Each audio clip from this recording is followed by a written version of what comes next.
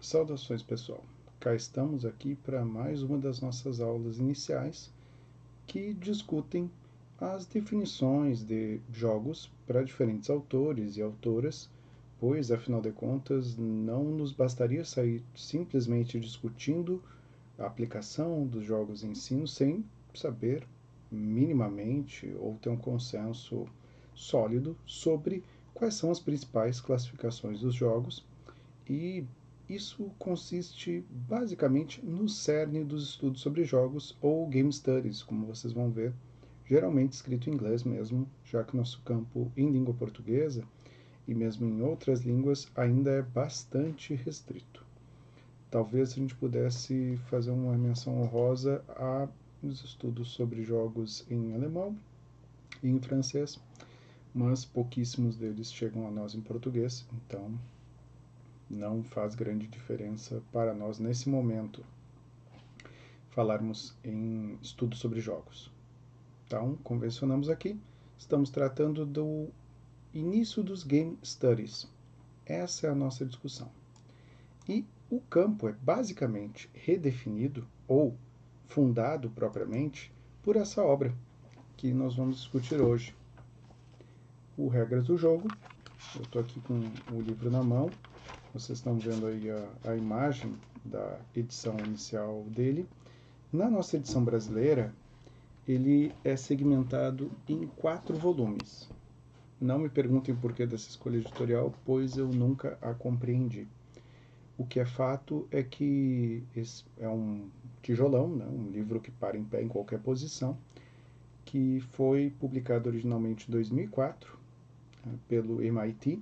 Há uma outra série de livros que eu vou mencionar para vocês mais adiante, que são coletâneas de textos, mas esse se propõe a ser um grande livro-texto, o que realmente me deixa um pouco perplexo com a nossa edição em português, que é segmentada em 4, talvez devido ao custo, mas desde o primeiro volume ele faz menção aos demais e a ideia é que vocês vão ler ele em 4 momentos.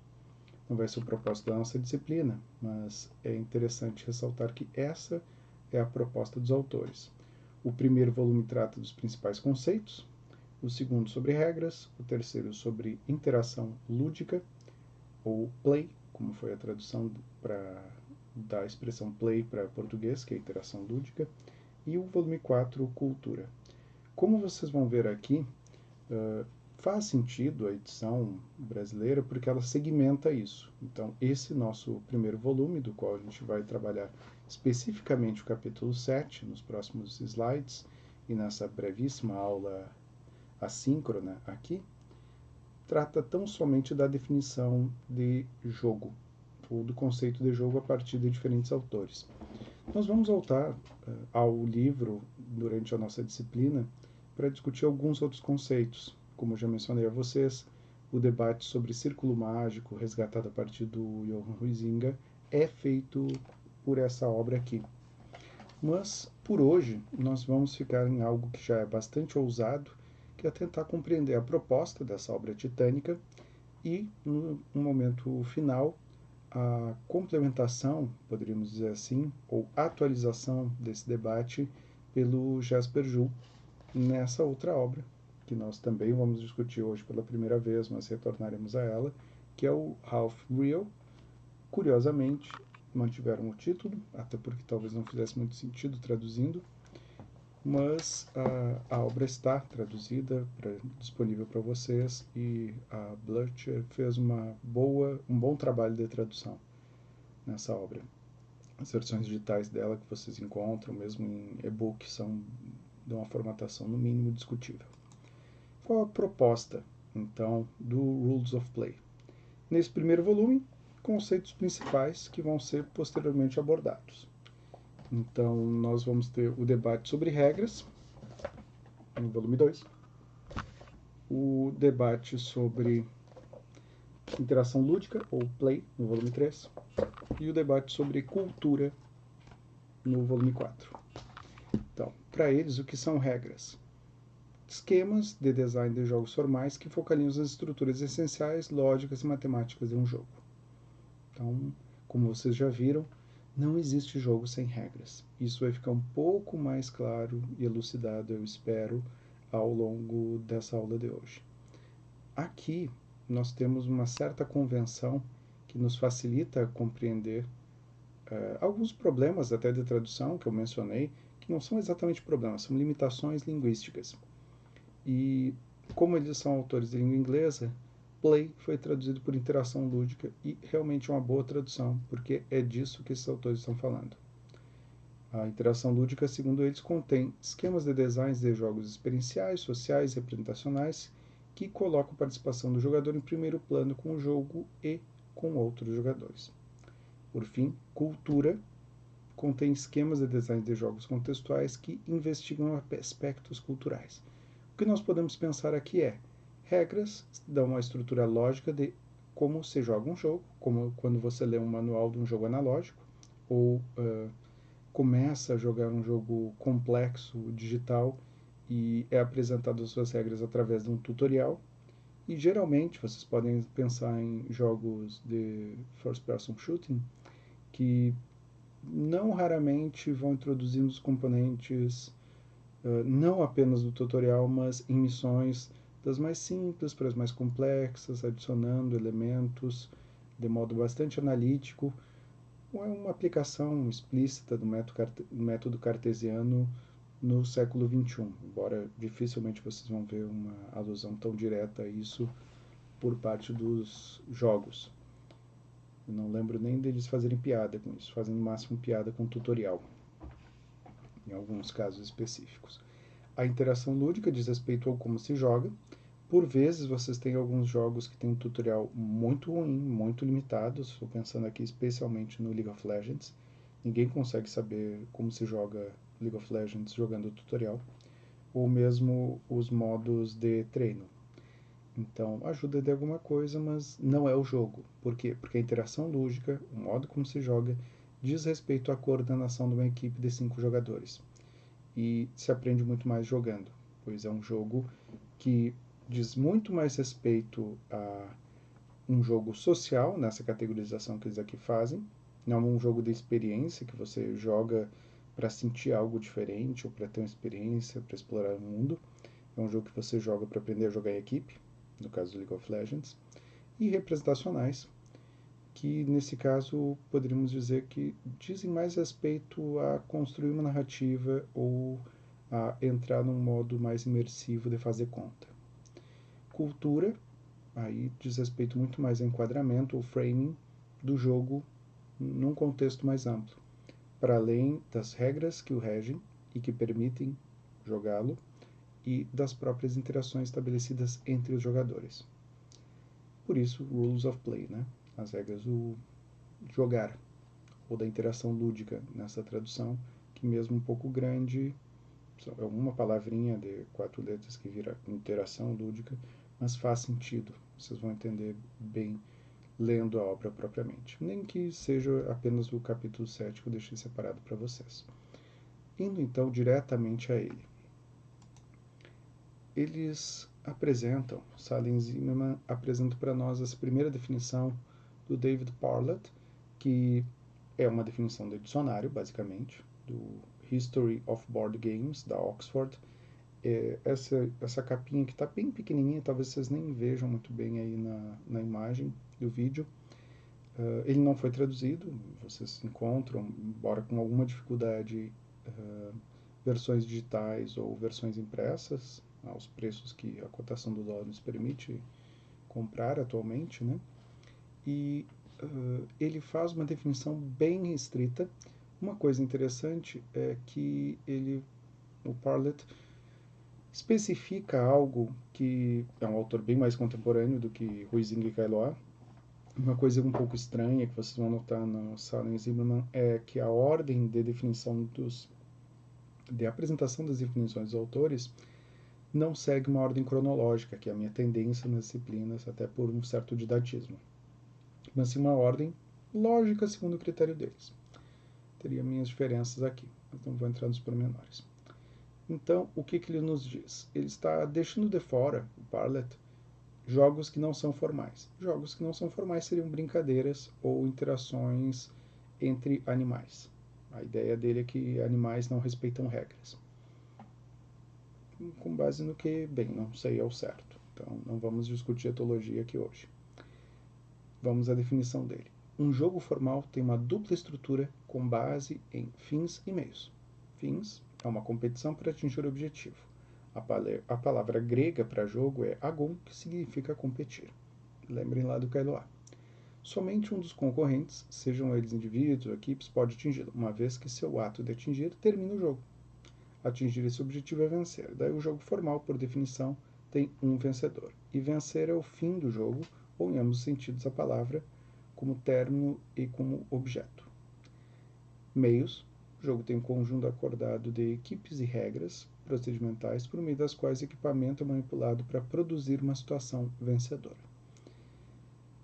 É muito elementar essa definição, dá para entender porque que os autores, a Salim e Zimmerman, escolheram apresentar essa definição, que é a mais simples de todas, e provavelmente a mais limitada.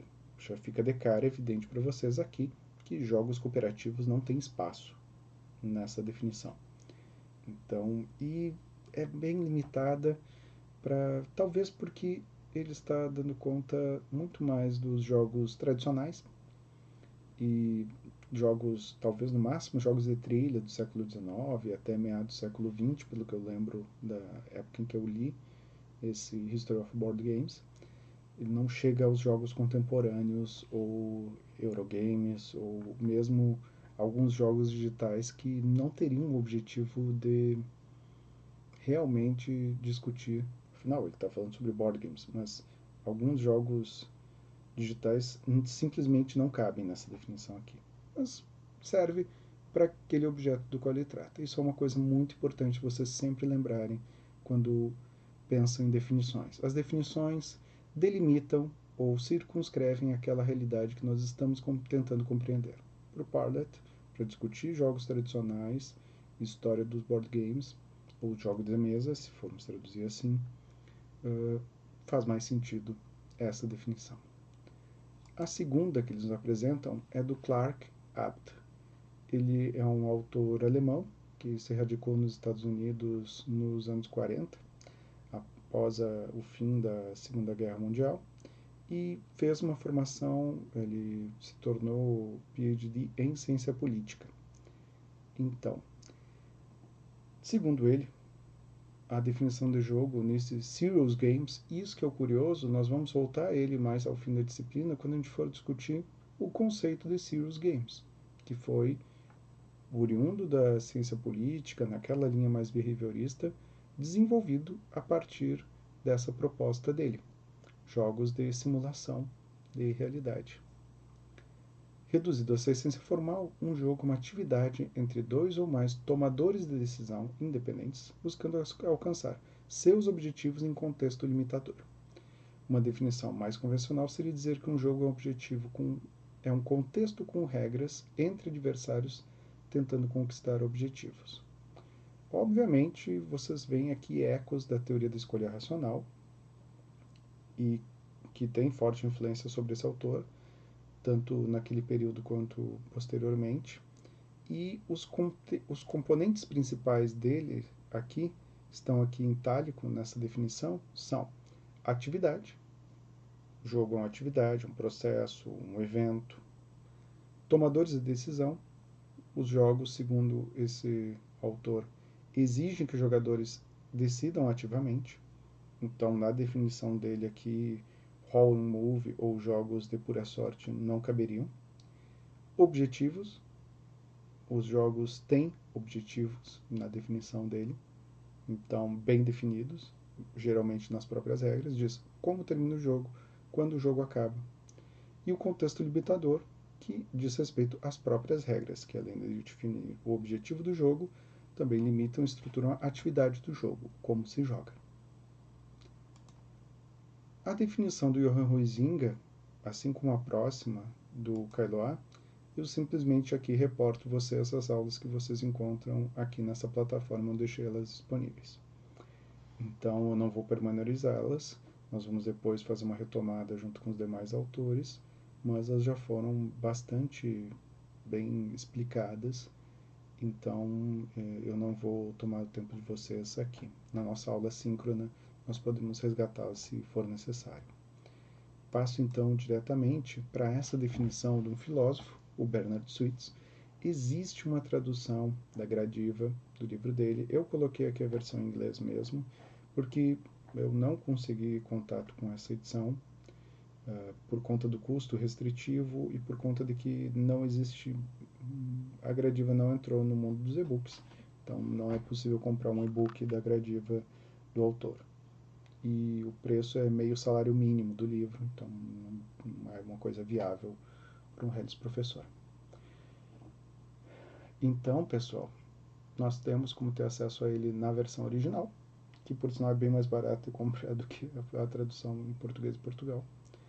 E é uma tradução bastante fidedigna, essa apresentada aqui na obra desses dois autores. Segundo esse autor, e ele lembra em alguns tópicos um pouco a proposta do Huizinga, porque ele não é tão restritivo, ele é um autor que amplifica a definição, e por isso que ele usa essa fábula da cigarra e da formiga. O que ele sugere é: interagir em jogo é engajar-se em uma atividade direcionada para produzir um determinado estado de coisas, usando apenas meios permitidos pelas regras, em que as regras proíbem meios mais eficientes em favor dos menos eficientes. Essa característica, pessoal, vocês devem destacar. É só ele que pensa dessa maneira, de que as regras dizem respeito à menor eficiência. Na proposta dele isso faz sentido. Seguindo, e em que tais regras são aceitas apenas porque possibilitam essa atividade. Ou, de forma mais sucinta, também ofereço a seguinte versão mais simples, por assim dizer, mais portável do que precede. Interagir em um jogo é um esforço voluntário para superar obstáculos desnecessários. O que é curioso porque, bem, os obstáculos são desnecessários, mas não para jogar, porque se as regras tornam menos eficiente a ação, elas dizem respeito à própria atividade do jogo. Então, é uma definição interessante. Os exemplos dele no livro são muito interessantes. A prosa dele é muito boa. É um livro que pode ser lido assim por prazer, não apenas como um livro acadêmico, mas tem limitações bem severas. Então, da mesma forma que o Abt, o Bernard Suits distingue o fato de que o jogo é uma atividade. Então, parece meio óbvio até falando isso, mas vocês devem lembrar que tanto para o Huizinga quanto para o Eloá, isso, o jogo como ato ou ação social, não é exatamente uma parte da definição. É algo exterior à própria definição. Então, o Suits parece beber um pouco mais essa fonte. E notem, tanto o Suits quanto o Abt, o livro do Abt é de 70, o do Suits é mais ou menos desse período também, é bem mais recente. Um determinado estado de coisas, nos diz o Suits. O jogo tem um objetivo, muito parecido com o Abt também nesse sentido. Regras, como nas definições anteriores, o Suits identifica que as regras são um componente dos jogos, sem regras não há um jogo. Mas, e aqui tem esse dado singular dele, as regras dos jogos limitam o comportamento, tornando menos eficiente. Essa noção de eficiência é interessante, porque em alguns jogos de fato faz sentido. Estou pensando aqui em gincanas ou em outras formas de jogar onde você pode aplicar um handicap, mas em outros casos simplesmente não faz sentido, porque a regra é justa, não é um limitante, ela é o modo de jogar. Então não é um limitante, é um meio. E as regras são aceitas, ele destaca, porque possibilitam essa atividade. Ou seja, a premissa de jogar um jogo é aceitar as regras do jogo.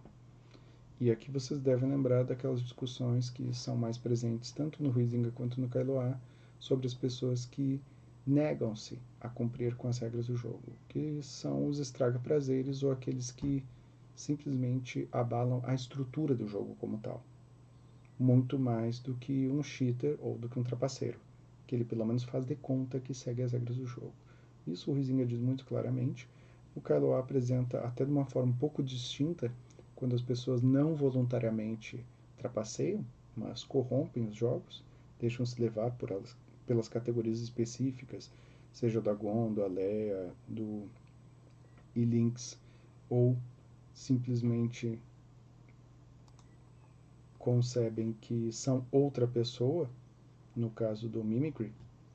Então, bem, mas isso é outra forma de perceber. Segundo o Suits, a definição também é bastante elementar. Ela só dá esse passo adicional aqui falando de eficiência ou não eficiência, o que é controverso, mas por isso mesmo interessante. A definição do Chris Crawford é provavelmente a mais complexa das apresentadas aqui no capítulo 7 do Rules of Play. O que ele nos diz? Ele segmenta em 4 formas bem diferentes de pensar, até porque ele está pensando, notem, é um autor que está pensando em jogos digitais. E não é o caso dos demais aqui. Eu diria que ele é mais especificamente o que está pensando dessa maneira. Então, para ele, o primeiro tópico que caracteriza um jogo é a representação. Um jogo é um sistema fechado formal que representa subjetivamente um subconjunto da realidade. Por fechado, eu quero dizer que o jogo é completo e autossuficiente como estrutura. Lembre-se lá da ideia do autotélico ou do autorreferenciado no Huizinga. O jogo não pode referir-se a algo externo. Faz sentido na proposta aqui do Crawford. O modelo de mundo criado pelo jogo é internamente completo. Nenhuma referência precisa ser feita para os agentes fora do jogo. Por formal, eu quero dizer apenas que o jogo tem regras explícitas. Um jogo é uma coleção de partes que interagem entre si, muitas vezes de maneiras complexas. Um sistema. Um jogo cria uma representação subjetiva e deliberadamente simplificada da realidade emocional. Isso tudo é só a representação do Crawford. Notem que há muitos elementos. Ele já introduziu aqui regras, emoções. Então é uma forma diferente de ver. Mas se vocês tiverem em mente que ele está descrevendo jogos eletrônicos, ou um jogo de exploração em mundo aberto, um GTA, até certo ponto, algum dos Assassin's Creed, faz sentido. Interação lúdica. A coisa mais fascinante sobre a realidade não é o que ela é ou mesmo se ela muda, mas como muda. A intricada teia de causa e efeito através da qual todas as coisas são amarradas. A única maneira de representar adequadamente essa teia é permitir que o público explore seus recônditos para deixá-lo gerar as causas e observar os efeitos.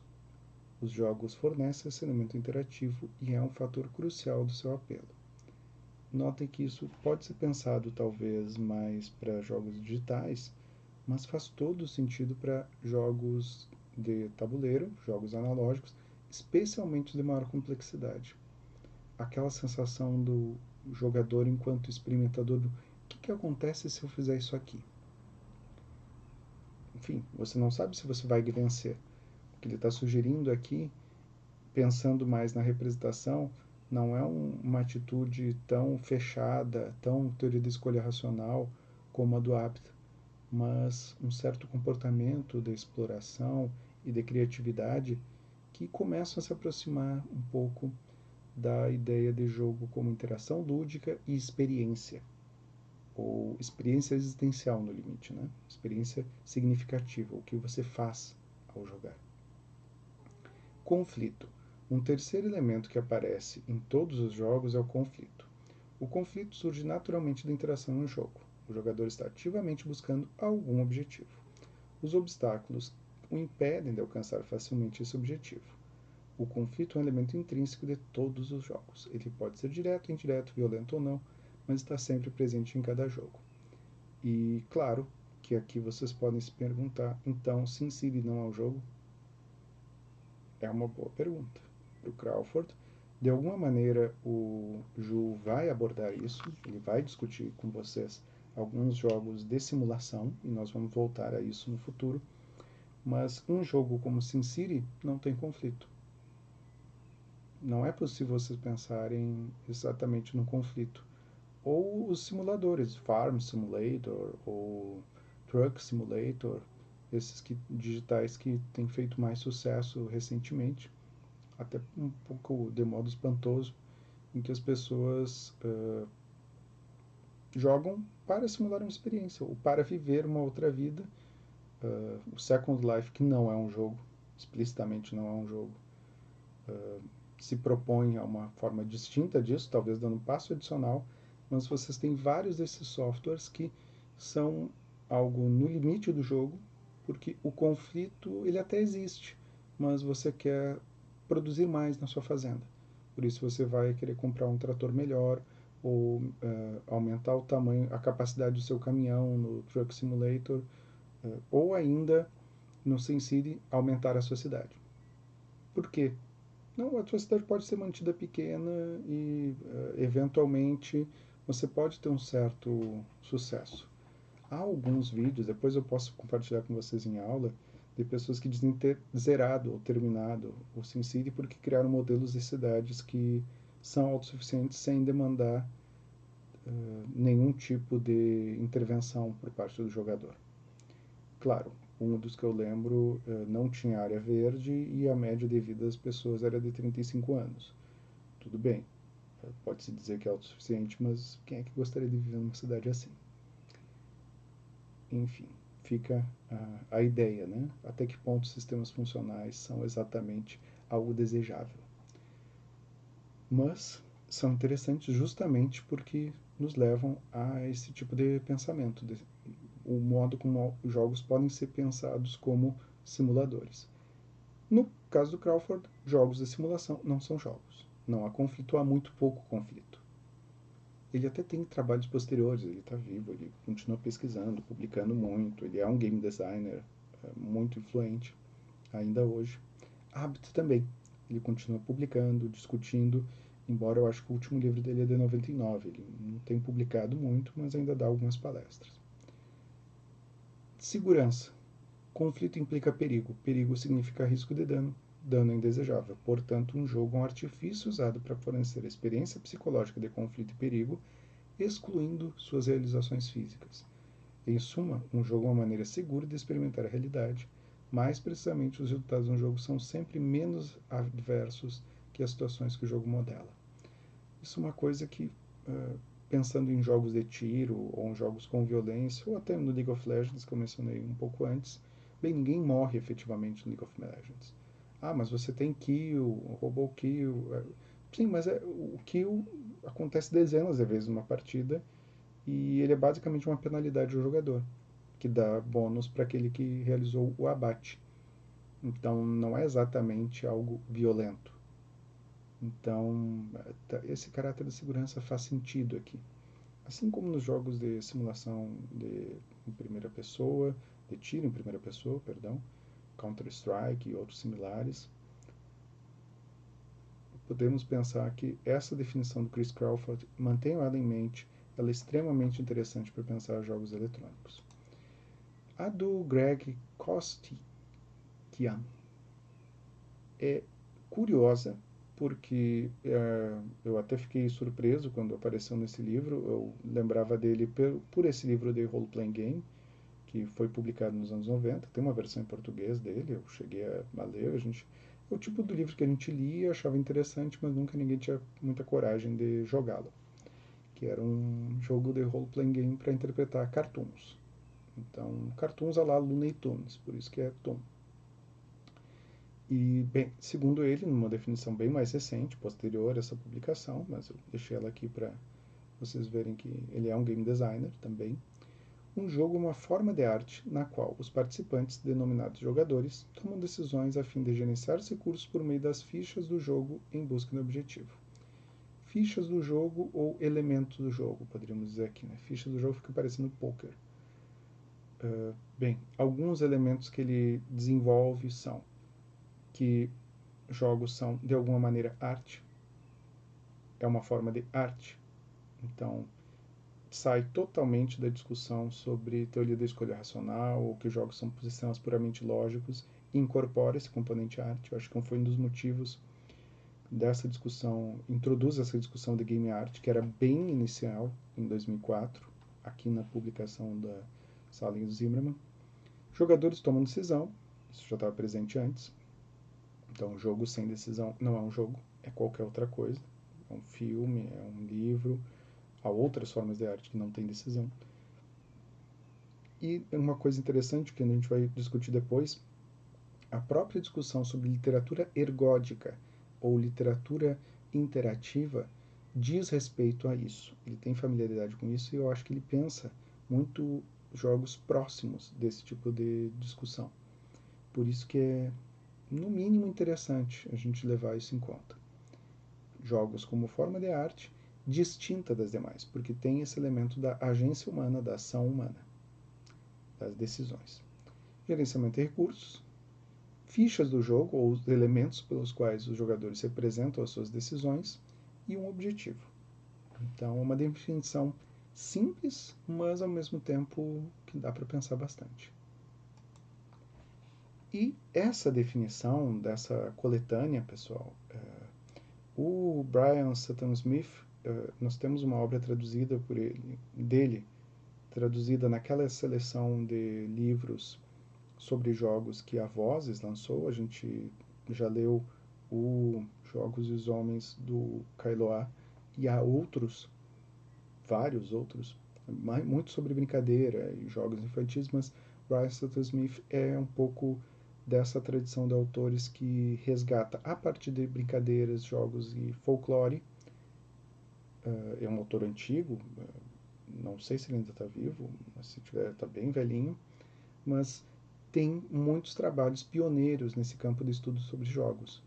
Então é interessante porque as coletâneas, e essa não é a primeira que ele faz, dele geralmente trazem autores que discutem jogos como produto cultural. Então é uma abordagem um pouco mais sociológica dos jogos e procura pensar na sua diversidade, e menos nos jogos comerciais e muito menos nos jogos eletrônicos. Então, jogos são exercício de um sistema de controle voluntário em que há uma competição entre forças limitadas por regras para produzir um desequilíbrio. Notem que aparece aqui o componente do desequilíbrio. Isso não tinha aparecido em nenhum outro autor. E é uma definição bastante recente a deles. E bastante experiente, poderíamos dizer, né? Fruto de muita discussão, e especialmente do Brian Sutton Smith. Exercício de sistemas de controle, tem algum tipo de atividade física ou intelectual, e nisso aqui vocês devem lembrar já da própria proposição do Kailoa, de que não faz diferença físico ou intelectual. Fico lembrando nosso debate com a educação física, né? Sim, esportes são jogos. A única diferença é que a gente usa o corpo para jogar. Voluntário, são livremente iniciados. Notem o resgate da discussão bem elementar lá do Huizinga e do Kailoa, que parece ser meio que deixada de lado pelos autores mais recentes, mas é sempre pressuposto, se a gente levá-la a sério. Então, ninguém que joga obrigado pode dizer que aquilo que está fazendo é jogo. É um trabalho, ou uma punição, ou qualquer outra coisa do tipo, socialmente significada.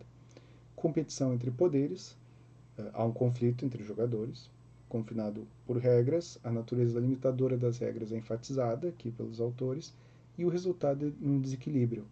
Essa ideia de que talvez a gente possa lembrar de que há uma incerteza do resultado. Esse desequilíbrio é introduzido pelas próprias regras. Do tipo, um jogador jogou, então ele está em vantagem, o outro tem que jogar para equilibrar, mas esse equilíbrio exige uma resposta do outro jogador. Então, mesmo em jogos simples como damas ou xadrez, há sempre esse desequilíbrio constante e esse conflito, né? Um quadro, e eu peço desculpa para vocês pela qualidade da imagem, mas foi o melhor que eu consegui fazer. O meu scan do livro de vocês devem lembrar que não está muito bom. E tem um errinho aqui que eu marquei a lápis, não é sério e é absorvente. Isso daqui é algo que só aparece no Huizinga e faltou um e aqui. Senão parece que não é sério e não é absorvente. Não absorve o jogador completamente, como diz o Huizinga. Mas enfim, na ordem que eles são apresentados, a Salim e o Zimmerman nos apresentam aqui quais elementos desses todos estão presentes em cada um dos autores. Procede de acordo com regras que limitam os jogadores. Fora o Kostian, que curiosamente é o único que fala em jogo como arte, todos os demais falam que regras limitam os jogadores. Conflito e competição, Parlett apresenta isso, Crawford e o Sutton Smith também. Eu poderia dizer que o Kailoa e o Huizinga veem isso também, mas não em todos os jogos, então por isso que eles não estão marcados aqui. Orientado a objetivos, orientado a resultados, quem explicitamente apresenta isso são Parlett, Abt, Suits, Kostian e Avedon e Sutton Smith. E assim, seguindo, não vou pegar um a um aqui com vocês, mas a ideia de que é uma ação, processo ou evento, embora esteja explícita em Abt, Suits e Sutton Smith, é um pouco pressuposta nos demais. Se você não faz o ato de jogar, você não tem a ação do jogo, mas eles não explicitam. Envolve tomar decisões, da mesma maneira. Abt, Suits não, Crawford sim, Kostian sim. Então, isso que é o curioso. Porque no caso do Kailoa, se vocês forem pensar que talvez seja o mais extremo, jogos de pura sorte não envolvem tomar decisão. Tu decide se tu jogou. Depois disso, não, mas eu apostei num número. Sim, mas é independente da tua decisão de apostar no número, qual o resultado? Você não tem influência no resultado do jogo. Você tem influência ao apostar. E aí é você jogar nos braços da sorte, da fortuna, né? Não é sério e é absorvente. Só quem diz isso nesses termos é o Huizinga. Sobretudo não é sério. O absorvente ou imersivo a gente poderia discutir, mas os outros não falam disso. Nunca associado a ganho material, Huizinga e Kailoa, eu diria que em termos Kailoa. O Kailoa chega a ser explícito, aqui eu acho que foi uma restrição que Salem e Zimmermann fizeram, porque o Kailoa chega a ser explícito em dizer, olha, é uma das minhas críticas ao Huizinga o fato de que ele diz que jogos não podem ter ganho material. Mas, e aí eu entendo a escolha dele se eu colocar aqui simplificadamente numa tabela, um quadro no caso, Kailoa diz que não há produção de riqueza. Então eu diria, mais do que associado ao ganho, não há produção de riqueza num jogo, segundo Kailoa. E notem, são só eles dois. Provavelmente porque todos os demais já pensam em jogos competitivos, em torneios, em campeonatos ou mesmo em jogos digitais. Artificial, segura, fora da vida comum, Huizinga, Kailoa e Crawford, aqui. Cria grupos sociais específicos, só o Huizinga especifica isso, explicita na própria definição, o que me parece interessante, porque é algo que vem sendo muito resgatado agora nas discussões sobre cultura de jogos e cultura gamer, né? Voluntário, ou seja, as pessoas entram voluntariamente no jogo. Kailoa, Suits e Sutton Smith. Eu diria que Huizinga também, mas vamos respeitar aqui a leitura dos autores. Incerto, quem explicita isso é o Kailoa, embora isso esteja um pouco implícito na ideia de desequilíbrio do Sutton Smith. Fazer conta, representacional, Crawford e Kailoa, a ideia de representação explicitamente, que a gente vai depois retomar com a discussão sobre narrativa. Ineficiente, só o Suits fala. Sistema de partes, recursos e fichas, esses dois autores, Crawford e Kostian, que estão pensando especificamente em jogos digitais ou em jogos como arte, como o Kostian. Afinal, acabei falando de todos, mas bem, vocês devem ter compreendido o porquê. É um quadro sintético que dá conta de todo o capítulo. E aí os autores apresentam a sua definição, que é de duas linhas. Um jogo é um sistema no qual os jogadores se envolvem em um conflito artificial definido por regras que implicam um resultado quantificável. Notem, é o tipo de definição de game design, porque ela é sintética, mas pode ser decomposta em jogo, que é um dos conceitos que eles discutem, jogadores, aqueles que jogam, artificial, conflito artificial, ou seja, aquele seu inimigo no jogo não é seu adversário. Ele pode ser inimigo até na linguagem de jogo. Você está representando um exército, quer aniquilar o outro. É uma guerra total. Mas as pessoas não são inimigas entre si. Então, essa amistosidade ou esportividade, diria o pessoal da educação física para nós, é especialmente importante. O conflito artificial, né? Está o conflito presente aqui, como já apareceu em outros, mas é artificial. Regras, os autores concordam com a definição de que regras são necessariamente uma implicação de jogos, e talvez seja o mais singular da definição que eles propõem o resultado quantificável. Esse quantificável, eu aqui tenho um certo incômodozinho, porque eu fico pensando que ele pode ser qualificável. Um jogador venceu, isso não é quantificável. Há muitos jogos, por exemplo, analógicos. Estou pensando aqui em Tsuru, que é um jogo que eu posso mostrar para vocês, que é simplesmente um jogo que você vai colocando pecinhas em um tabuleiro e o seu objetivo é ser o último a sair do tabuleiro. É só isso. Então, não faz diferença quantos saíram. Você pode jogar entre 2 pessoas, entre 8 pessoas. O resultado é que um vai vencer. Ou empate, ninguém venceu. Porque pode uma peça tirar 2 ou mais jogadores ao mesmo tempo do tabuleiro. Falando assim parece estranho, mas na aula eu mostro para vocês. Então eu diria que é quantificável ou qualificável. Mas para os nossos autores, ok, quantificável. Talvez eles pensem 0 ou 1 como vitória ou derrota. Poderíamos pensar em teoria binária aqui, uma linguagem binária para quantificação. Aqui, pessoal, eu já passo direto para a definição do Jasper-Juhl. Claro, nós podemos fazer um breve resgate. Ele faz aqui um sistema a partir das suas regras, ou melhor, do que ele usa para construir a sua definição. E está mais difícil de visualizar aqui, mas basicamente ele trabalha com a maior parte dos autores. Ele cita a obra do Juhl é posterior à obra Salem Zimmermann. Deixa eu até ver, a edição original dele é 2005, é logo depois.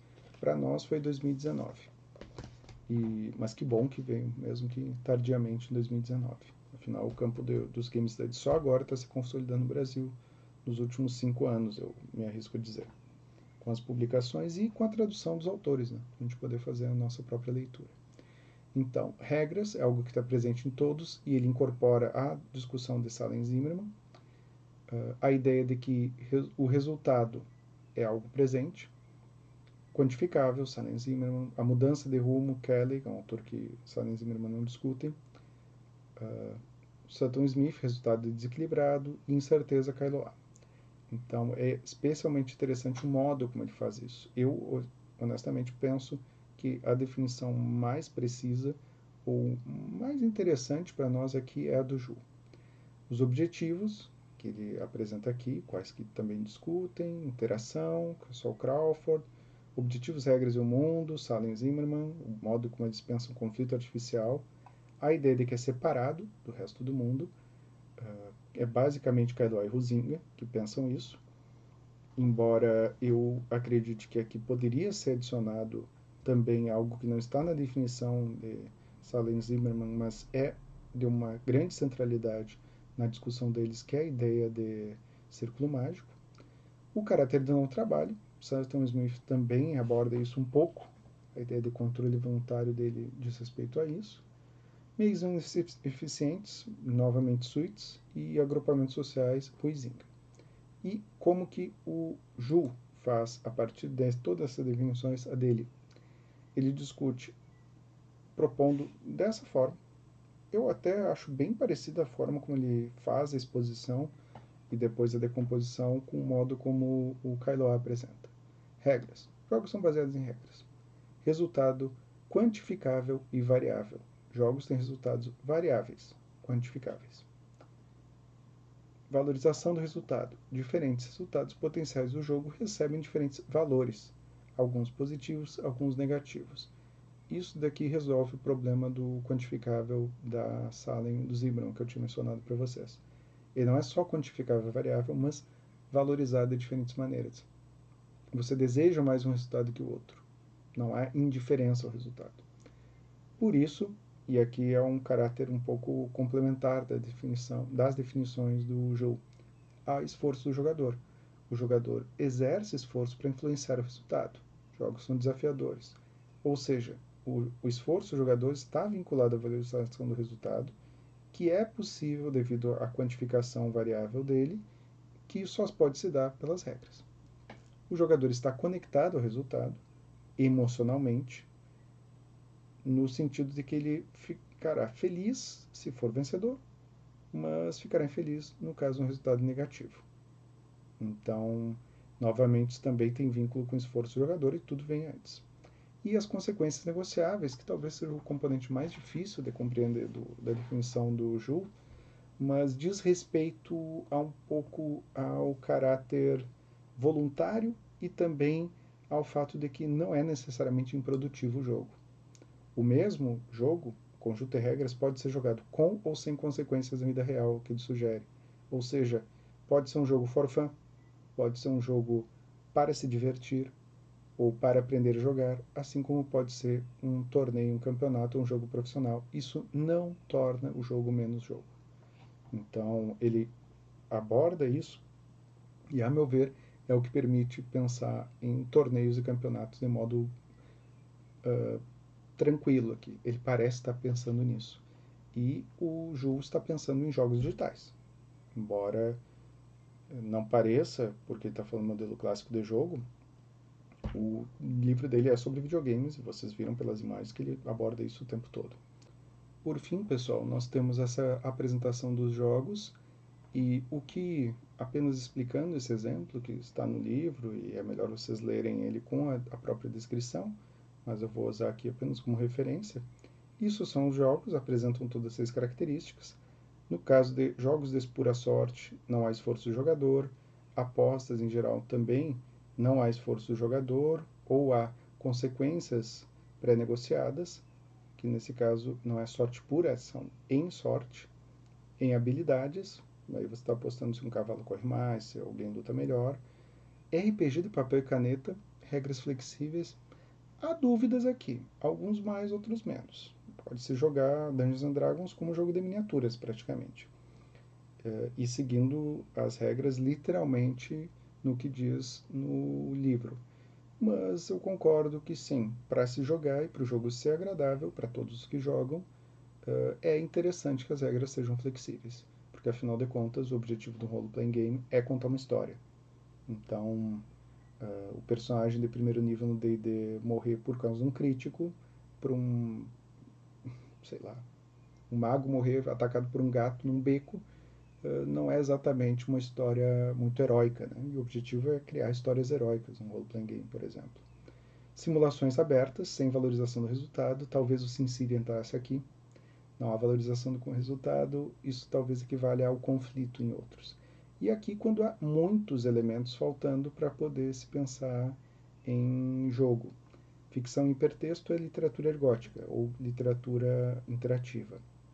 Ciranda e outras cantigas infantis, bem, o resultado é fixo, tu vai cantar a musiquinha e não tem valorização do resultado, afinal ele é fixo. Contar histórias tem um elemento imersivo, mas não tem esforço do jogador, não há valorização do resultado, o resultado é fixo. Então é interessante como ele apresenta essas outras coisas aqui. Isso aqui, esse quadro, o modo como ele apresenta, é bom porque ele nos permite pensar o que faz com que essas outras ações humanas não sejam jogos. E na aula eu mostro para vocês o que é o jogo da vida de Conway, que é especialmente interessante. Bem, pessoal, dessa vez a nossa discussão um pouco mais breve, afinal, o que nós fizemos foi passear por essa selva de definições, mas eu espero que ajude vocês a pensar e facilite nas leituras. Até mais tarde.